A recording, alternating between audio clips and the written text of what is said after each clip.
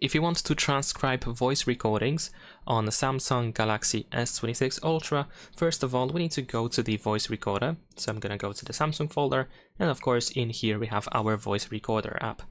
Now in here, open the recording for which you want to create the transcription. Over here in the upper right corner we have this Galaxy AI icon. We want to tap on it, and here we can find the transcribe option. So we're going to tap on it. And depending on the length of the audio, it's going to take, it can take quite a bit of time, of course, but if you have like a short recording, then usually it doesn't take too long. There we go, we have the transcription created. As you can see, there's also the speaker detection, so if there are a couple of people talking in the recording, then most likely they are going to be separated. You can also touch and hold in order to change the name of the speakers. Of course, we can grant the necessary permissions, and there we go.